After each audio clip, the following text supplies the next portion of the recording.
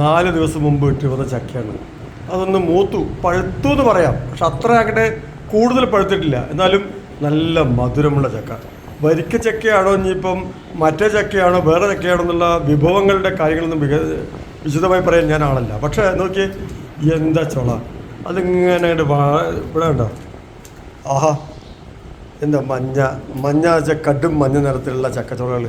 ഇതാരും കണ്ടിട്ട് ചോദിക്കാനൊന്നും വേണ്ട, എവിടെ നിന്ന് കിട്ടി, എങ്ങനെ ഉണ്ടത്, എവിടെ നിന്നാണ് എനിക്ക് ചക്ക തരുമോ ചോദിച്ചാൽ അതിൻ്റെ തരാനൊന്നുമില്ല. കാരണം 6 ഇട്ടിട്ട് വന്നപ്പോഴേക്കും വീട്ടിലെത്തിയപ്പോൾ ഒരെണ്ണേ ബാക്കി ഉണ്ടാവില്ല, ബാക്കി 5 നാട്ടുകാരും ഉണ്ട്.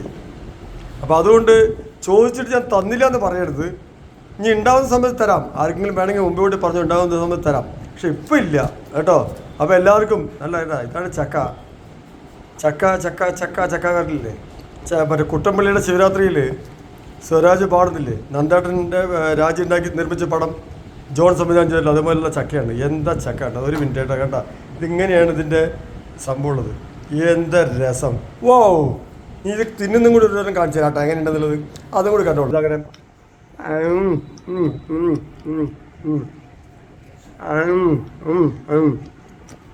കൊതിപ്പെടുത്തും വേണ്ട, ഞാൻ തരും, ചോദിച്ചവർക്കൊക്കെ തരും, തരാതിരിക്കില്ല. പക്ഷെ ഇപ്പില്ല, ഇന്ന് വേണമെങ്കിൽ തരൂലേ. വാ നല്ല മധുരം. അപ്പം ബൈ.